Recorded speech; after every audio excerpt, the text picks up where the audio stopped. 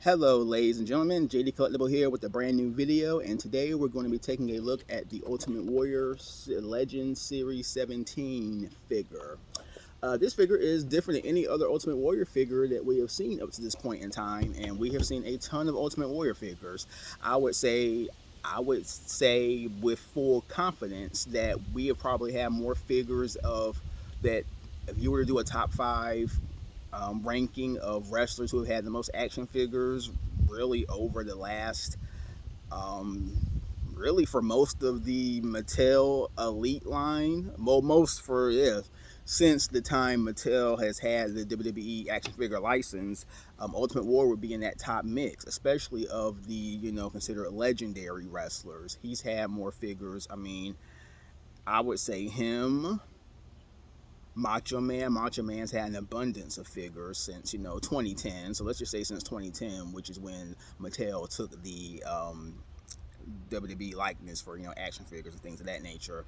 I think he's had more than Hulk Hogan. There was a long period of time where we weren't getting a lot of Hulk Hogan figures, but we were getting a lot of Warrior figures, and we've seen figures from literally every era of Warrior's WWE career, uh, with the exception of this, and actually not many from his pre-WWE career. So this figure is actually one more so of his, based on my history of Warrior, this is from more so his pre-WWE career. There's another figure they could do, which I hope they do at some point, which would be really cool.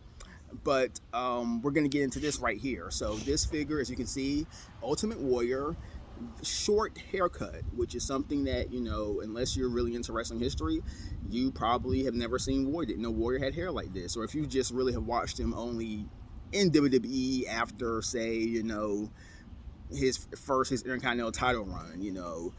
Most of us, when it comes to Ultimate Warrior, we know he has the long, of course, the tassels, colorful outfit, long hair, but and he was kind of getting to that point here. He was basically fully formed, but this is from his phase, the phase of his career, who was known as the Dingo Warrior.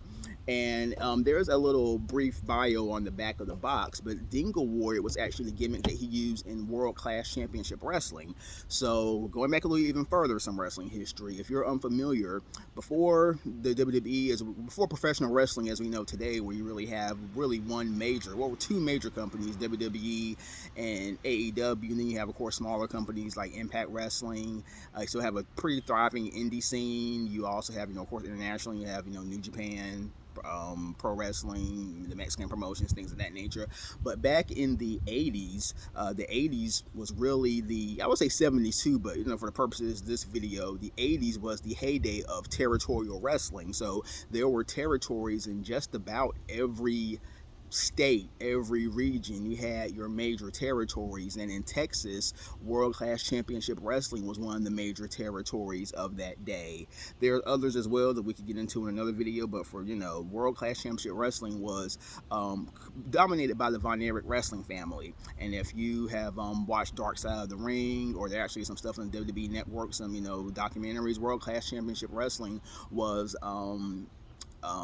one of the more popular territories of that period in the 80s, and Ultimate Warrior kind of cut his teeth there as the Dingo Warrior. So we're gonna take a look, and on the back of this box it says such and such, the imposing figure debuted in the Dallas-based promotion WCCW in 1986. This face painted powerhouse known as the Dingo Warrior dominated the competition before blazing a road to WWE. So he was definitely on the ascent. I think if you saw Ultimate Warrior in World Class Championship Wrestling, you knew that he was going to be something, and he was the exact type of wrestler that Vince McMahon would have wanted back in the 80s. Lots of the charisma was coming, but huge physique, very unique look. And so this, you can literally look at this. This is the genesis of the Ultimate Warrior as we know him today. So we're going to open up this box, and this is Series 17. So this figure actually came out last year. I don't know.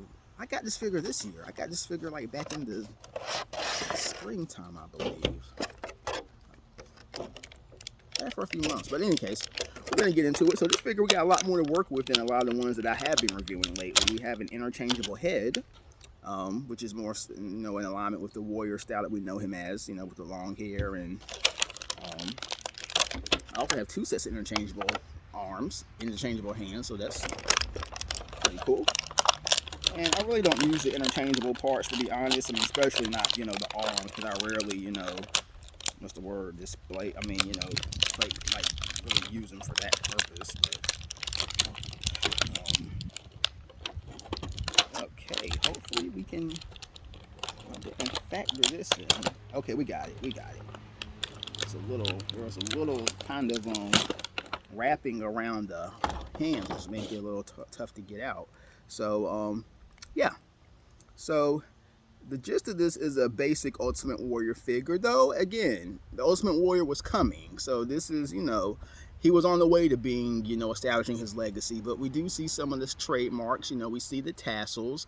We have the bat, face paint.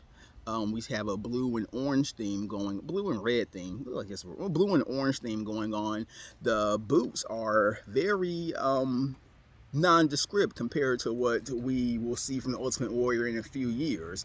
These are just standard gray boots, nothing really flashy about them. He has the tassels tied around the boots as well.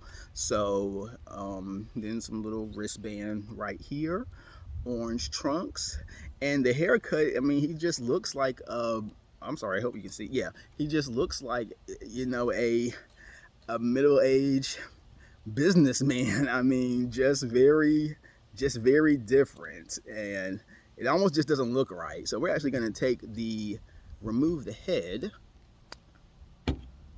and let's put on something a little more Warrior X. So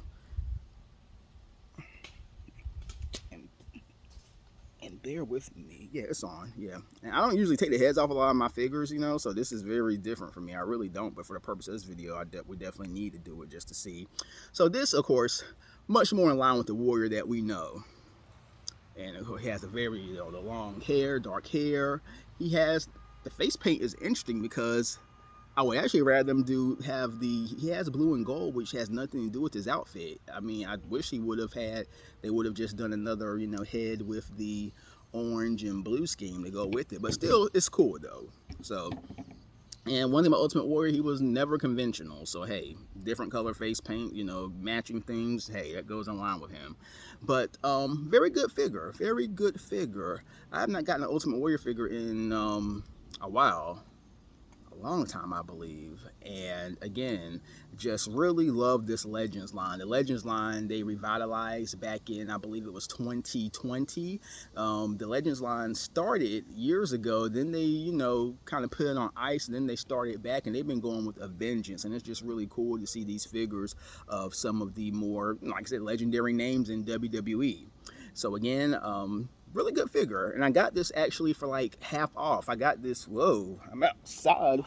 And as you can see, I don't know if you can hear, it's been a lot of things going on in this tree behind me. So we're about to wrap this video up. But very good figure. And the Legends line is one of my favorite, maybe my favorite actual, sub-series of WWE figures, because they usually always deliver, and they've just been really cranking them out lately. So I'm really looking forward to seeing what they have coming for the rest of the year. I know they just did the San Diego Comic-Con, fig reveal. So as is always, there's no shortage of figures down the pipeline. The only thing is that you just gotta determine what you're gonna spend your money on and what you can. So so that's it. So I hope you enjoyed this video. Thank you for watching. Please like, comment, subscribe. Check me out on Instagram at JD Collectible. You can see more of my collection, more of my other items as well, aside from wrestling figures. And again, just thank you for all the support. I've really been enjoying doing these videos lately. I'm going to try my best to do at least, 2 to 3 per week, in addition to the shorts as well. So again, just thank you for everything, and just stay tuned, and I will talk to you again after a while.